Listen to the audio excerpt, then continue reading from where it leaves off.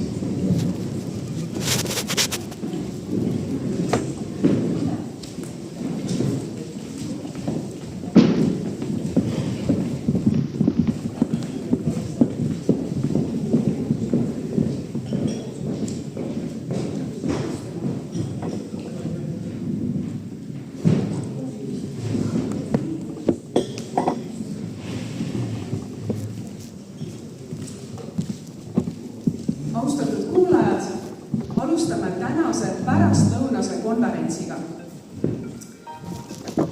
Tänane konverents on ühelt poolt pühendatud ajaloo mälestuse hoidmisele ja teisalt meie muutunud julgeoleku olukorrale. Ja tänased sõnavõtud ka kõike seda siis meile toovad. Meil on sõnavõtud siis julgeoleku ja tänaste väljakutsete teemadel, siis räägime küüditamisest, metsamendlusest ja isegi metsalastest. Peale seda vaatame kõik otsa sellele, kuidas me ise oleme kriisiks paremini valmistunud, kas meie kodud, kogukonnad, kuidas nemad on valmistunud ja kuidas saame ennast paremini ise kaitsta. Ja lõpuks viimane loeng siis teemal, kuidas noori ajaloo juurde paremini tuua. Kui Eesti kodus tõmbasime paralleele mineviku ja oleviku vahel, siis rääkisime ka sellest, et kui oluline on see, et meie ühises teadvuses oleks see mälestus okupatsioonist, sellest kaotusest, mis meie riik siis mis meie riigiga juhtus ja mis toimus, sest siis oskame me paremini hoida seda, mis meil praegu olemas on. Ja seda on väga, väga palju. Peame meeles pidama, et me ei ole pelgalt siin riigis vaid tarbijad, vaid me oleme selle riigi omanikud ja kujundajad. Ja see tähendab seda, et me peame võtma vastutuse iga oma teo eest, iga oma otsuse eest just sellepärast, et vastutame, kas see riik jääks vabaks, kas saame ise olla otsustajad siin riigis või on siin keegi teine.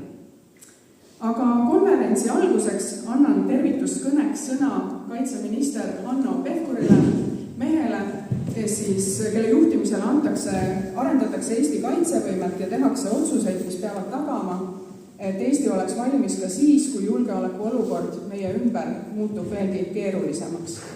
Aga palun.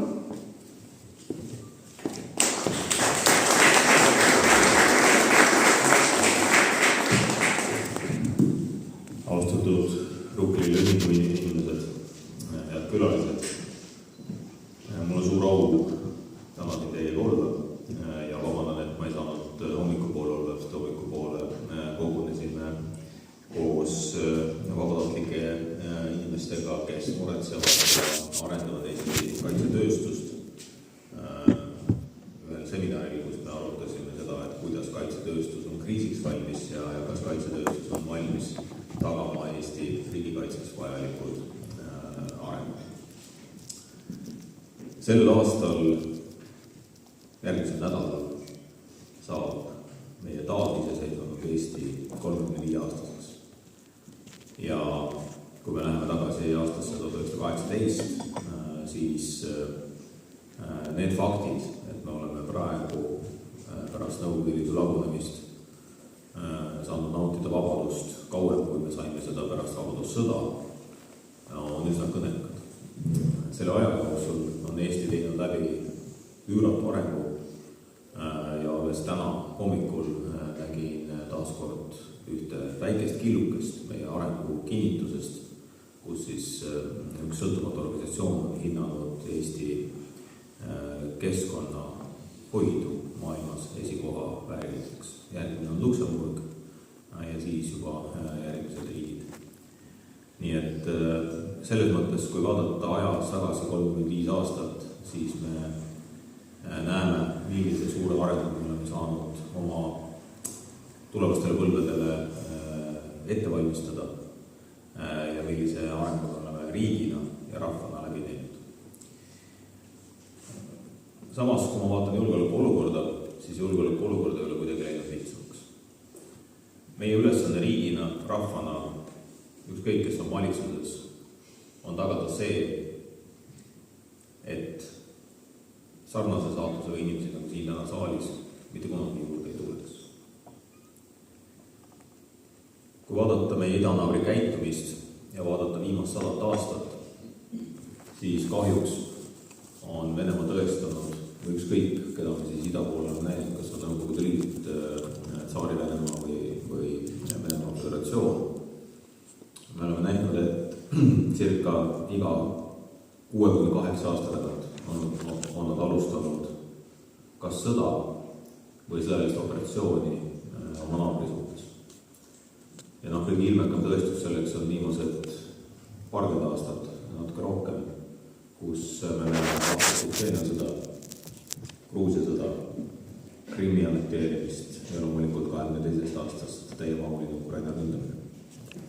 Ja kui te panete selle aja perspektiivi, siis iga 16 aastane, nagu ma ütlesin, on Venemaa alustanud sõjalist tegevust oma naabrites.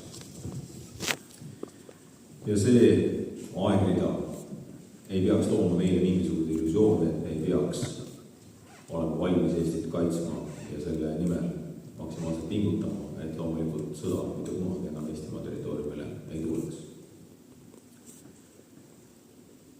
See, et me otsustasime tõsta kaitsekulud 5%-le ja peale, on olnud üliõige ja hädavajalik samm selleks, et Eesti riik oleks kaitstud. Sellega loomulikult kaasneb ka see, et meie kaitsevägi saab tugevamaks, meie kaitseliit saab tugevamaks ja meie sõjaaja koosseis kasvab samamoodi ligi suurusjärk 50 000 võitleja. Kui ma nüüd vaatan seda, et mida see vägi vajab selleks, et Eesti riiki kaitsta, siis see vägi vajab head varustust, see vägi vajab head väljaõpet ja see vägi vajab häid inimesi. Ja seetõttu mul on väga hea meel, et näiteks ka siin, kui noored tõid lipud sisse, siis Kaitseliidu noorteorganisatsioonid, nii Kodutütred kui Noorkotkad, kui ka Naiskodukaitse annab väga suure panuse laiapindsesse riigikaitsesse. Ja mul on väga hea meel, et üle eestiliselt me oleme aru saanud, et laiapindne riigikaitse ei ole ainult kaitsevägi, vaid on ka kogukonnad, on Päästeamet, on politsei, on väga paljud muud organisatsioonid, kes igapäevaselt panustavad Eesti riigi kaitsesse. Need sammud, ma saan aru, ei ole alati kõikidele vastuvõetavad, mis riik peab tegema selleks, et riik oleks kaitstud. Aga need sammud kõik on vajalikud selleks, et me kõik siin saaksime lapsi kasvatada, majandust arendada, investeerida ja tunda endast kindlalt. Kui me 15 aastat tagasi alustasime piiri väljaehitamist Vene Föderatsiooniga, siis oli samamoodi palju küsimusi, et miks seda vaja on ja miks me sinna nii palju maksumaksja raha investeerime. Samad küsimused on olnud ju praegu, kui me oleme arendanud harjutusväljasid, oleme ehitanud uusi moonaladusid, oleme soetanud uut kaitsetehnikat. Et miks me seda teeme? Aga vabaduse hoidmine on meie igapäevane ülesanne. Ja vabadus ei ole iseenesest mõistetav. Vabadus ei ole midagi sellist, et tõusen hommikul üles ja riik on vaba. Ei, selle nimel peab iga päev vaeva nägema. Ja selle vaeva nägemine tähendab ka seda, et sellega kaasnevad alati mingisugused koormised. Igale inimesele tähendab see koormis seda, et meie maksudest läheb tuntav osa riigikaitsesse. Näiteks, kui toimuvad ka suurõppused, siis me oleme inimeste maadel ja me treenime seal, kus me peame Eestit kaitsma. Ja loomulikult me ei saa läbi ilma liitlasteta ja liitlastega me teeme väga suurt koostööd selleks, et kui ühel päeval tõepoolest peaks olema vajadus Eesti riiki relvaga kaitsta, on meil olemas need liitlased, kes teavad siinseid olusid, kes on siinsetes oludes saanud harjutada ja kes on õlg-õla kõrval Eesti võitlejatega, sõltumata sellest, kas ta on tegevväelane, reservist või kaitseliitlane.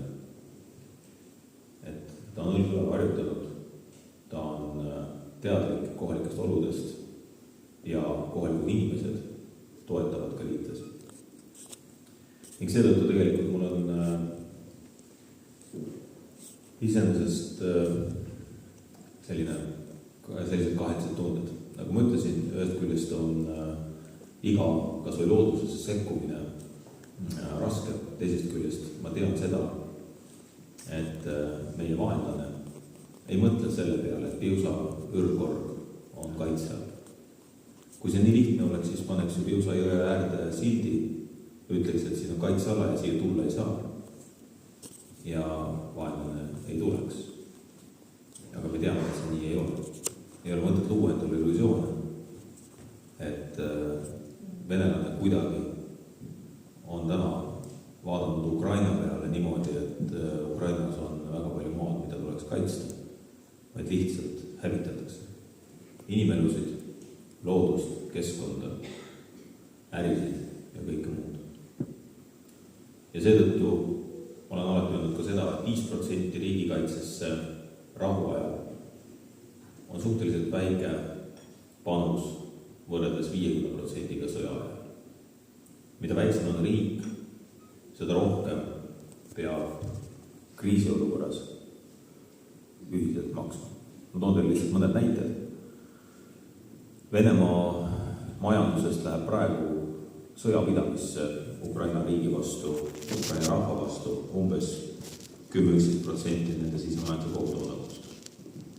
Ukraina rahvas maksab selleks vabadust hoida igapäevaselt umbes 35-40% oma sisemajanduse rikkusest selleks, et vabadust hoida. Mida väiksemaks läheb riik, seda suuremaks lähevad kulutused riigikaitses. Nii et nii ta paraku on ja me ei pea seda kuidagi ilustama. Me peame asjadest rääkima nii, nagu nad on. Me peame olema teadlikud sellest, et Eesti kaitsjad, igaüks, meie enda lapsed, vennad, vanemad, need, kes igapäevaselt riigikaitsesse panustavad tegevväelastena, reservistidena ja reservistidena siis nii kaitseliitlastena kui lihtsalt reservistidena, näiteks ka uusisõdalastena. Nad peavad saama parimad võimalikud väljaõppetingimused, nad peavad saama parima võimaliku varustuse selleks, et olla valmis alati Eestit kaitsma esimesest sentimetrist.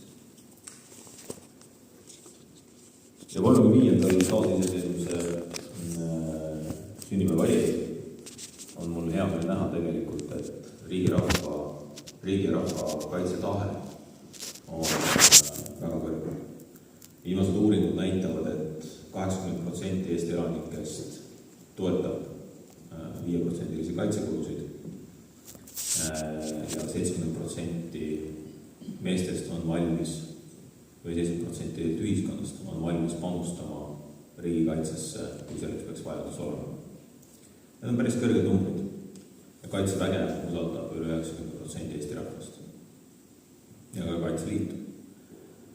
Et need on päris kõrged numbrid ja mul on väga hea meel, et Eesti rahvas mõistab seda pingutust, mida me ühiselt teeme selle nimel, et Eesti riik püsiks vabana, et me saaksime ka järgmised 35 ja 350 aastat tähistada Eesti riigi sünnipäevasid, käia vabas Eestis koos, nautida neid privileege, mis vabadus on meile tähendanud nii reisimise vaatest, majanduse vaatest, ühiskonna vaatest, kogukondade vaatest ja kõigest muust. Aga kuna ma lubasin Britile, et me teeme niimoodi, et on väike selline sissejuhatus ja siis ka küsimuste võimalused, siis head inimesed, kui teil on küsimusi, olge head küsida. Et täna on see päev, kus me vaatame natukene ajas tagasi, vaatame ka natukene ette. Ma saan aru, et teil on teisi küsimusi. Jaa, kaitseministri ametis olles, mida te peate enda kõige suuremaks töövõiduks saavutuseks? See, et me oleme Eesti riigikaitset arendanud märkimisväärselt, et me oleme 5% viinud kaitsekulud, et me oleme saanud uued kokkulepped oma liitlastega, see, et meil on kaitsevõime kordades paremas seisus, kui ta oli 5 aastat tagasi. Ma võiksin seda loetelu väga pikalt jätkata ja kui ma vaatan nii Kaitseväe kui Kaitseliidu arengut ja ka investeeringuid nendesse valdkondadesse, siis ma usun, et see, mis me oleme teinud ka näiteks inimeste väärtustamiseks Kaitseväes, see on ülioluline. Ühtegi riiki ei kaitse ükski relv, vaid riigi kaitsvad inimesed. Ja kui ma vaatan seda, et me oleme suutnud peatada Kaitseväe personali vähenemise ja me oleme 500 inimest Kaitseväkke juurde suutnud värvata, me oleme suutnud Kaitseliidu liikmeskonda kasvatada, siis see inimeste mõistmine ja arusaamine riigikaitse olulisusest ja toetus riigikaitsele, ma arvan, on see, kus me võime kõik uhked olla. Küsimus ei ole selles, et kas üks minister midagi teeb. Riigikaitse on ühine pingutus. Mitte ainult Kaitseministeeriumil, Kaitseministril, Kaitseväel, Kaitseliidul, vaid kogu ühiskonnal. Ja kui ühiskond koos ei ole, siis ei ole võimalik rääkida ka sellest, et riik on kaitstud. Kõige hullem, mis saab olla, on see, et me läheme oma vahel tülli. Kõige hullem on see, mida täpselt Venemaa ju proovib ajada ühiskonnad sisemiselt katki ajada riigid Euroopas omavahel tülli ja et me üksteist ei aitaks. Ja ma arvan, et siiamaani me oleme Eestis päris kenasti hakkama saanud ja viimase 5 aasta jooksul me näeme, nagu ma ütlesin, ka inimeste käitumisest seda, et inimeste kaitsetahe on jätkuvalt väga kõrge ja riigikaitse areng on olnud väga tugev. Nii. Ma tahtsin teada, millal see riigipiir lõpuks valmis saab. Kas too number on ka paigas? No, nüüd riigipiiriga tuleb öelda nagu kahtepidi siis mõistit rääkida, et meil puudub jätkuvalt Venemaaga piirileping. Ainukene kehtiv piirileping, mis meil Venemaaga on Tartu raudtee. Me räägime kontrolljoonest ja me räägime fikseeritud kontrolljoonest ja ka kontrolljoone puhul lõpuni nii-öelda kinnieitamist on hetkel keeruline teha, sellepärast et ka ettevalmistatud piirilepingu järgi on teatud maatükid, mis lähevad vahetusse. Ehk Saatse saabas lõigatakse ära ja seal on veel mõned paunad, kus ei ole väga mõistlik tegelikult aeda lõpuni ehitada. Kuid me tegime mõni aeg tagasi valitsuse otsuse, et vaatamata sellele, et meil piirilepingut ei ole ja siis ettevalmistatud piirilepingu järgi lähevad maatükid vahetusse, siis me ikkagi ehitame selle piiri seal valmis. Ei ole küll minu otsene vastutus, on siseministri peas ja teada need viimased numbrid, aga minu teada on praegu viimased lõigud nii-öelda ehitamises. Et ma ei tea, kas ise võib-olla tänane sünnipäeval Sergi sisevaldkonnas võib-olla teab viimased numbrid rohkem, aga ühesõnaga, kui ta tuleb siia ette, siis plaksutage talle sünnipäev, ärge kohe plaksutage. Aga ei ole kaugel, et seal on jäänud vist paar 30 kilomeetrit, mis on veel ehitada, nii et ei ole väga palju enam jäänud. Et ülejäänud alades on piir olemas, elektrooniline valve peal ja lisaks nüüd Siseministeerium on pannud siis ka täiendavad droonipesad ja tuleb ka selline droonivalve paljudesse kohtadesse, pluss uued kaamerad, eriti üleval piirilõikudes, nii et ma julgeks väita, et Eesti piir on tegelikult praeguseks juba päris heas seisus.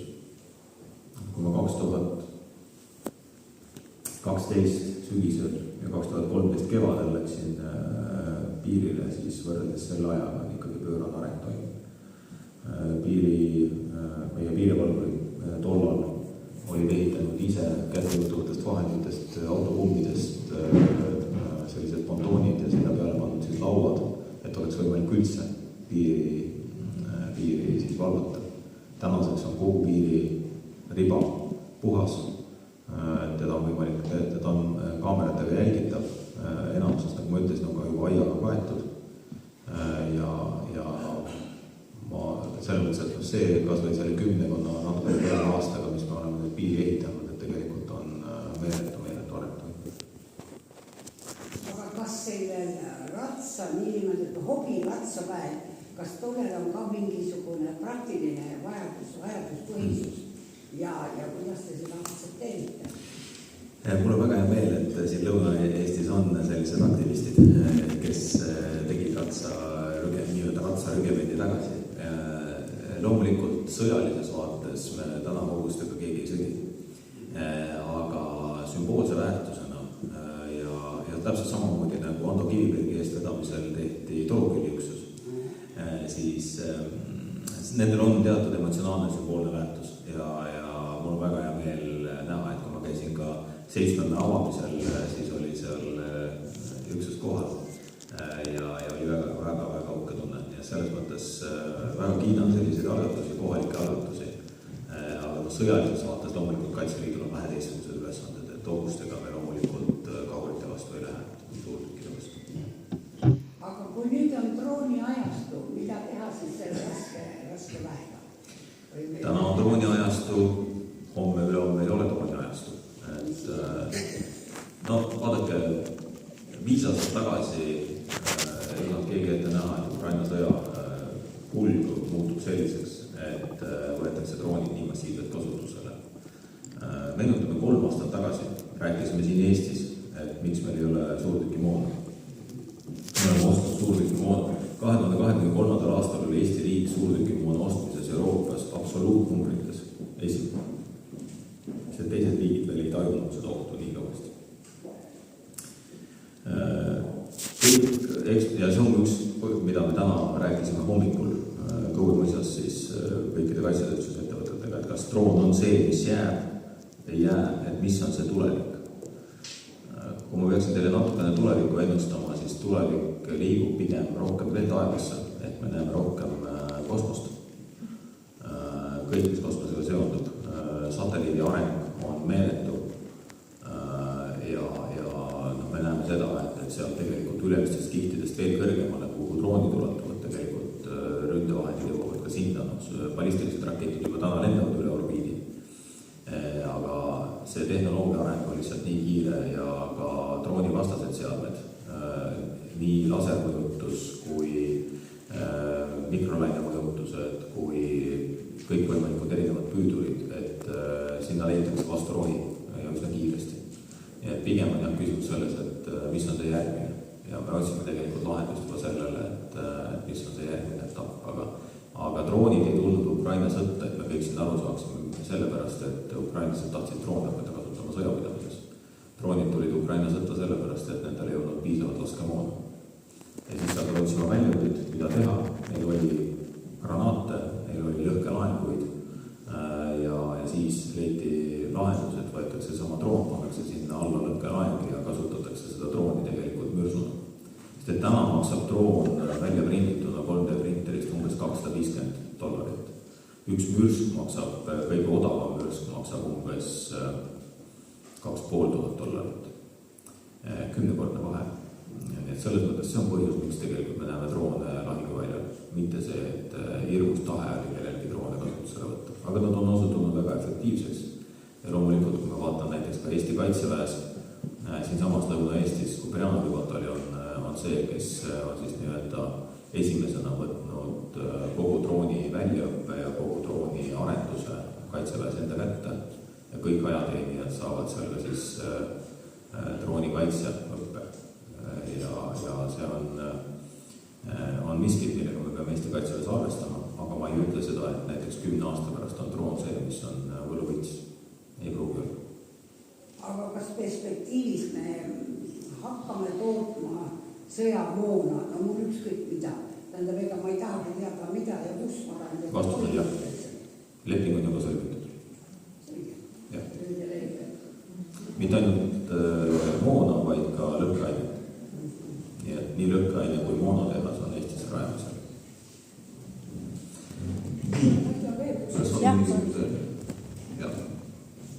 Te ütlesite, et tulevane sõda liigub taevasse, siis sooviks teada, kas see USA baasi, see laiendamine Nursipalus, kas see siis toimub nüüd või ei toimu, kui sõjategevus toimub nagu õhust? Kui ründetegevus ja luuretegevus toimub paljuski üle õhu, siis kuskil ei kao ära vajadus omada maavägesid. Mitte keegi ei ole veel tuvastanud võimekust, et kui sa suudad vastast mõjutada kaugelt distantsilt üle õhu, siis kuidas kontrollida maad. Ja maa kontrollimiseks on ainukene võimalus maavägi. Ja Eesti kaitse baseerub maaväel. Ja kui me räägime nüüd Reedo linnakust, siis Reedo linnak ei ole mingisugune Ameerika baas. Reedo linnak on Eesti kaitseväe baas. Täpselt nii nagu Tapa linnak. Need on Eesti kaitseväe baasid, kus on ka meie liitlased. Nii et selles mõttes kõik, mis me Eestis ehitame, on Eesti kaitseväe vajadusteks koos meie liitlaste vajadustega. Tapa linnakut me arendame ka niimoodi, et meil on seal liitlastega kasarmud ja Tapa linnakus on järgmisest kevadest näiteks senise 800 briti sõduri asemel 1200 briti sõdurit ja ka prantslased kaaluvad, et võib-olla nad suurendavad siin kohalolu. Nii et jätkuvalt meie ülesanne on omada väga häid suhteid liitlastega, sest et see on see, mis heidutab Venemaad, et me saaksime aru, meie ainukene tõeliselt tugev riigikaitse saab baseeruda enda tugeva riigikaitsel koos liitlastega. Sest et need 3 riiki, kes on meil siin Eestis kohal, ehk siis britid, prantslased ja ameeriklased, on kõik ja ainsad NATO tuumariigid. Ja see on see, mis heidutab. Ja see on heidutuse oluline sõnum meie väga agressiivsele idanaabrile. Rääkides agressiivsusest, siis teise maailmasõja järgselt meie üks liitlane just on olnud väga agressiivne, et võib-olla olete kursis, mitu sõda nemad on alustanud, agressioonisõda, aga ma saan aru, tänases kontekstis te soovite kellelegi toetuda, sest meid on vähe, aga seda, et meid on vähe, selle raames tuleks arvestada ka sellega, kui te ise toote välja, et me ei tohiks tülitseda omavahel, siis kuidas peaksid tundma need inimesed, kelle kodud on sihikul? Kodumaa koosneb kodudest. Ja kui nüüd need, kes saavad pihta, öelda, et jaa, aga see on meie suure Eesti hüvanguks, nagu siis piltlikult suure on ju, see selles mõttes ei päde, et kui me vaatame praegu Vabariigi Valitsuse ja meie elanike vahel toimuva kohtuasja sisse, siis seal on päris palju vigu sees, mida ma saan aru, teie ei taha tunnistada, aga need on seal, et kes tahab tutvuda selle kohtuasjaga, siis see kohtuasi veel käib ja seal on sees vigu kas või see asukoha valik nii lähedal Võru linnale, kus on nii palju inimesi, see, kuidas on toimunud müra mõõtmised, kuidas vibratsiooni üldse ignoreeritakse. Meil on täna tegelikult see Rukkile Riigikogu üritus. Et me tegelikult oleme oma suunanud oma tähelepanu täna inimestele, kes on pidanud kannatama küüditumist, kes on viidud kodudest ära Siberisse. Ma ei pisenda nende inimeste kannatust, aga ka tänased inimesed... Kui meil on vaja Nursipalu teemadel rääkida, siis võtame mõne teise foorumi, et tänasel päeval äkki me saame siiski keskenduda sellele, et need inimesed, kes siia on tulnud, 90% sellest saalist on pidanud läbi elama üüratuid kannatusi selle, et nad on Eestist ära viidud. Ja Vene võim on nendega vägivaldselt käitunud. See, mida teie räägite, me räägime Eesti oma kodu kaitsest. Ja seetõttu ma arvan, et jätaks selle teema mõnda teise foorumisse. Aga kas ka sama võib küsida, ka sama laieneb ja kui need kolm joristavad, ma ei tea, mis seal see kolmekesi koos lendavad. Kahekesi lendavad reeglina koos. Kolmekesi. Reeglina ikka kahekesi. Aga muidu, et kas see on heidutus või on see kontroll või... See on meie õhuruumi kaitse. Ämari lennubaas on sellest 1. augustist, ehk siis 2 nädalat, on nüüd ametlik NATO õhukaitsekeskus. Aga tema laieneb? No selles mõttes Ämari laieneb kogu aeg, et lennurada jääb ikka lennurajaks. Ja lennukite hulk, mis meil seal püsivalt on, liitlaste omasid, see jääb enam-vähem samaks. See sõltub liitlasest, türklased on praegu siin 5, eelmine rotatsioon portugaallased oli 4, et standardrotatsioon on 4, mis siis on koos toimes Šiauliai Leedu baasiga, mis katab Läti, Eesti, Leedu õhuruumi. Nii et see formatsioon sõltub eelkõige meie liitlastest, kes siia tulevad. Meil on 3 aastaks ette kokku lepitud liitlastega siis rotatsioonid, kes siia Eestisse tulevad. Aga Ämari baas ise areneb kogu aeg. Me näiteks ehitame Ämarisse ka erinevaid kasarmuid juurde, laskemoonaladusid juurde ja nii edasi. Nii et Ämari tervikuna alati on arengus. Aga kui vaadata seda, et kui palju meil siin liitlaste hävitajaid on, siis see arv enam-vähem püsib sama. Aga on oluline märkida, et see sama viimane NATO tippkohtumine, et seal me leppisime kokku, et me anname paindlikkust juurde ka Euroopa vägede ülemjuhatajale, et kui peaks olema vajadust kiireloomuliselt Eestisse näiteks tuua lennukeid juurde, siis selleks on kõik volitused olemas. Suur tänu küsijatele ja aeg on täis saanud, suur tänu ministrile, aga me ei lase Hannot siit ennem ära. Saan aru, et Murtud Rukkilile Selts soovib üle anda mingi tänu. Ja. Ma tahaksin Murtud Rukkilile ühingut muidugi väga tänada, et meil on läbi aegade olnud Ennoga ja siin teistega tegelikult väga hea koostöö ja suur tänu teile selle eest. Ja see, et hoiate vanu traditsioone ja kooskäimist elus, suur tänu teile. Ma kahjuks ei saa pikemalt siia täna jääda, sest ma pean veel õhtul jõudma lennuki peale. Aga sügav kummardus ja tänu teile selle eest, et olete olemas ja et üksteist ei unusta. Aitäh!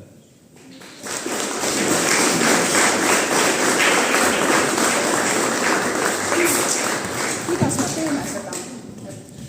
Soovite rääkida ka omalt poolt?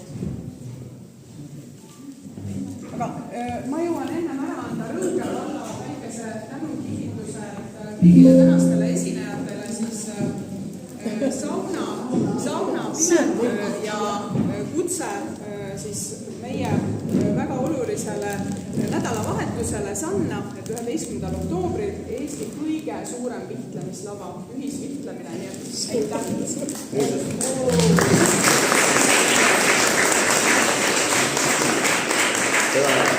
Lihtsalt, kes on väga suured saunahuvilised, siis ma lihtsalt ütlen, et 30. augustil tähistab Kadrina saunaklubi, mis on ka üks väga legendaarne saunaklubi, tähistab 25. juubelit, nii et kui kellelgi on soovi minna Kadrinasse, siis kell kas 12 oli äkki naiste saun ja kell 6 on meeste saun.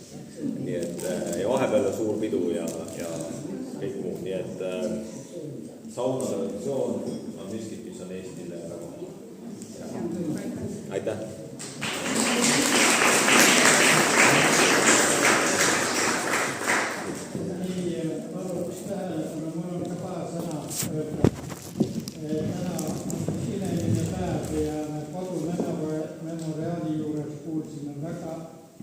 imelik ütlemise sõnu kodu kaitse, kodu mälestamise ja kodu hoidmise teemal. Üks inimene võib oma unistustega tihti jääbki tema unistus teostamata ja unistuseks, aga kui on juba sõpru, siis on kõik unistused teostatavad. Ja murtud trupilil võib oma sõpradega kiidelda, meil on sõpru. Ja selle tõestuseks on näite. Murtud trupili ühingu medalitunnistus Merle Alliksoo. Täname hea koostöö eest ühiste eesmärkide saavutamisel.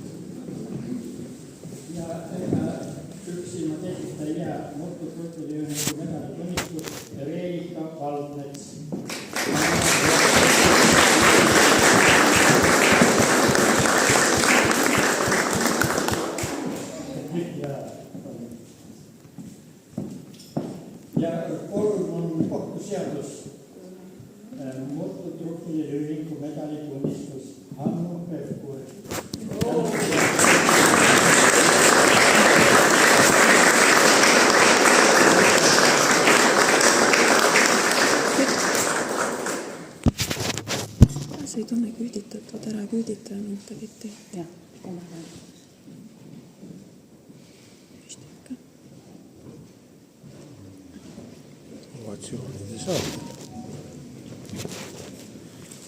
No nii, aga järgmisena annan sõna siis julgeolekueksperdile ja Võrumaa elanikule Erki Koordile. Ja Erki tuleb avab seda... Millele tuginedes te praegu tegutsete?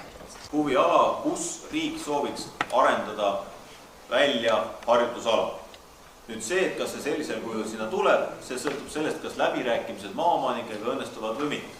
Kui läbirääkimised maaomanikega jooksevad kõik nii, siis järelikult riik ei saa seda teha. Järelikult me peame ka avalikult välja ütlema, et sellist riigikaitsevõimet me siin Kagu-Eestis arendada ei saa. Ehk see protsess on ikka läbi selle, et kõigepealt on maade omandamine, seejärel on seesama planeering või on nad osalt ühel ajal ja siis saab minna alles edasi lõplikult ju kehtestada.